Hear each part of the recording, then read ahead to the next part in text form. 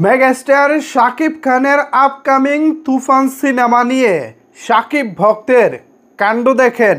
আসলেই যে কেন শাকিব খানের ভক্তদেরকে পৃথিবীর সেরা ভক্তকুল বলা হয় এর প্রমাণ আপনারা এই ভিডিও থেকেই পেয়ে যাবেন। কি করেছে দেখেন ভিউয়ার্স, বুঝতেছেন না তো কিছুই? আচ্ছা বুঝিয়ে বলতেছি। এইখানে একটি পোস্টার দেখেন, পিকচারটি বড় করে দিলাম। এখানে একটি পোস্টার দেখেন, এখানে পবিত্র ঈদুল আজহায় আসিতেছে তুফান আপনার নিকটস্থ প্রেক্ষাগৃহে। শব্দগুলো আপনাদের কাছে খুব পরিচিত মনে হচ্ছে, কিন্তু একটি বিষয় কি খেয়াল করে দেখেছেন? এটা কিন্তু এই তুফান সিনেমার প্রযোজনা প্রতিষ্ঠানের পক্ষ থেকে ছাপানো হয়নি। সাধারণ একজন ভক্ত, শাকিব খানের সাধারণ একজন ভক্ত নিজের পিকচার এবং পাশাপাশি তুফান সিনেমার পোস্টার দিয়ে এই পোস্টারটি বানিয়েছেন। এখানে তিনি তুফান সিনেমার জন্য নিজ খরচে নিজে থেকে প্রচারণা করে যাচ্ছেন। এটা কিন্তু ভাই চারটিখানি কথা না। আমরা নর্মালি দেখে থাকি মেম্বার, চেয়ারম্যান কিংবা উপজেলা চেয়ারম্যান, মেয়র পদের চেয়ারম্যান অথবা এমপি পদে যারা ইলেকশন করেন তারা পোস্টার করে থাকে, কিন্তু একজন শাকিব খানের ভক্তও যে নিজের খরচে নিজের ইচ্ছায় প্রিয় নায়কের সিনেমার জন্য পোস্টার করেন বা করে থাকেন, এটা ভাই নতুন ঘটনা। এটা এর আগে আমরা দেখি নাই। আমার কাছে যেটা মনে হয় এবারই প্রথমবার। তবে এই পোস্টারের অনলাইনে আসার পর থেকে এক ধরনের একটা মিশ্র প্রতিক্রিয়া দেখা যাচ্ছে। একদিক থেকে আবার সমালোচনা হচ্ছে। কেন সমালোচনা হচ্ছে, এই পোস্টার আসলে কেন করা হয়েছে, বিস্তারিত কথা বলবো আজকের এই ভিডিওতে। সুতরাং সাকিবিয়ানরা বিস্তারিত জানতে একটি লাইক দিয়ে সম্পূর্ণ ভিডিওটি দেখতে থাকুন। সম্ভব হলে ভিডিওটি বেশি বেশি করে শেয়ার করে সকলের মাঝে ছড়িয়ে দিন। প্রথমত এখানে প্রশংসা কুড়িয়েছে এই পোস্টারটি করে। এই পোস্টারে আমরা যেমনটা দেখেছি, পবিত্র ঈদুল আজহায় তুফান আসিতেছে আপনার নিকটস্থ প্রেক্ষাগৃহে।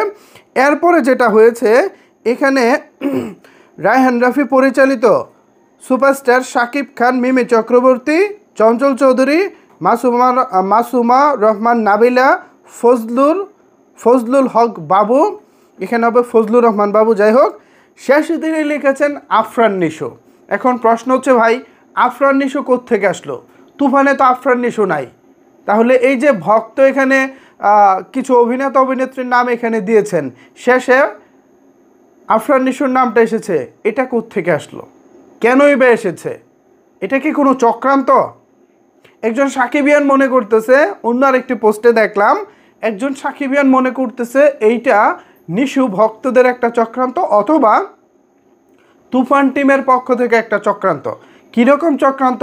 আপনারা জানেন যে প্রিয়তমা এবং সুরঙ্গ সিনেমা মুক্তির সময় আফরান নিশো শাকিব খানকে নিয়ে বেশ কিছু বেফাঁস মন্তব্য করেছেন এবং সেই সব মন্তব্যের প্রতিবাদ আমরা অতীতে করেছি, ভবিষ্যতেও করে যাব।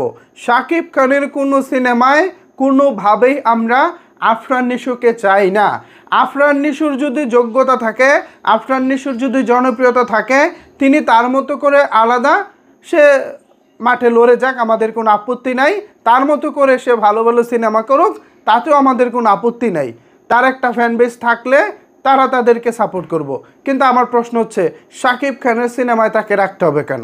এই যে এখানে পোস্টারে নাম দেওয়া হয়েছে, একটা পোস্টার ছাপানো হয়েছে ঢাকার অলিতে গলিতে, বিশেষ করে বিভিন্ন যে বৈদ্যুতিক খুঁটি রয়েছে সেই সব বৈদ্যুতিক খুঁটিতে এই পোস্টারগুলো ঝুলতেছে।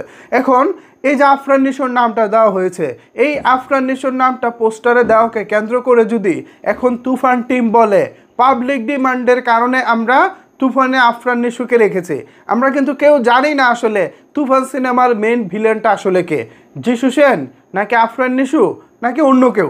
যদিও আমার কাছে যে তথ্য রয়েছে সেই তথ্য অনুযায়ী আফরান নিশো এবং যিশু সেনগুপ্ত কেউই থাকছে না। তবে না থাকার মধ্যেও যিশু সেনগুপ্তর থাকার কিছুটা হলেও ক্ষীণ সম্ভাবনা আছে, কিন্তু আফরান নিশো থাকার তো কোনো প্রকার কোনো সম্ভাবনাই নাই। তারপরও এখানে নামটা কেন এসেছে? ওই যে এক সময় যেন বলতে পারে পাবলিক ডিমান্ড, পাবলিকের পছন্দ এবং পাবলিকের চাওয়ার কারণেই আফরান নিশোকে তুফানে রাখা হয়েছে, যার প্রমাণ আপনারা বিভিন্ন পোস্টারে দেখতে পাচ্ছেন। বিভিন্ন পোস্টারে আপনারা আফরান নিশোর নাম দেখেছেন। অথবা এটা তো হচ্ছে একজন সাকিবিয়ানের থিঙ্কিং, মানে যিনি পোস্ট করেছেন অন্য আরেকটি পোস্টে। এখন আমার থিঙ্কিং হচ্ছে, আমার মনে হয় না যে আফরান নিশো থাকছেন। এটা হয়তো বা ওনার নাম হচ্ছে সৌজন্যে জুয়েল খান। এখন তিনি কি সাকিবিয়ান নাকি তিনি বাংলা সিনেমা প্রেমী, এইটা আসলে বোঝা মুশকিল। তবে আমার মনে হয় না শাকিব খানের বাইরে অন্য কেউ নিজস্ব টাকা খরচ করে শাকিব খানের সিনেমার পোস্টার ছাপাবেন, এরকম ঠেকা নিশ্চয়ই কারো পরে নাই। কিন্তু যারা সাকিবিয়ান রয়েছে তারা নিজের শরীর পর্যন্ত কেটে শাকিব খানের নাম লিখতে পারে, আর পোস্টার তো একটা সাধারণ ব্যাপার। সো সেই জায়গা থেকে যদি ভাবি, তাহলে এইটা একজন সাকিব ভক্ত করেছেন। তিনি হয়তো ধারণা করে নিয়েছেন আফরান নিশোই থাকছেন তুফান সিনেমায়, এটা তার ধারণা হতে পারে। যাই হোক, আমরা এখন আলোচনা সমালোচনা নিয়ে কথা বলেছি, মানে বিভিন্ন নেগেটিভ দিক নিয়ে কথা বলেছি।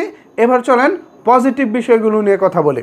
আমার কাছে যেটা সবচেয়ে বেশি পজিটিভ লেগেছে সেটা হচ্ছে, এবারই প্রথম, আমি যদি ভুল না করে থাকি, অতীতে এমন ঘটনা ঘটেছে কি না জানি না, প্রথমবার প্রিয় নায়কের সিনেমার পোস্টার সহ নিজের ছবি দিয়ে এরকম প্রচারণা আমি দেখি নাই। আমার কাছে এটা প্রথমবার মনে হয়েছে। আমি জানি না এই জুয়েল ভাই যদি আমাদের সাকিবিয়ান হয়ে থাকেন, শাকিব খানের ভক্ত হয়ে থাকেন, তাহলে অবশ্যই তাকে লাল সালাম, তাকে অবশ্যই অনেক অনেক ভালোবাসা।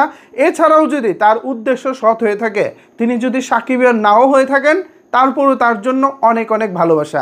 আর যদি এইটার টার্গেট হয়ে থাকে অন্য কিছু, শাকিব খানকে ছোট করা কিংবা নিজের পাবলিসিটি বাড়ানো, তাহলে আমি এর তীব্র নিন্দা জানাই, আমি এর পক্ষে না। আর যদি প্রথম যে দুইটা ভেবেছি, যদি সাকিবিয়ান হয়ে করে থাকে তাও ভালো, আর যদি নিজের ভালো লাগা থেকে কোনো প্রকার কোনো উদ্দেশ্য ছাড়া করে থাকে সেটাও ভালো।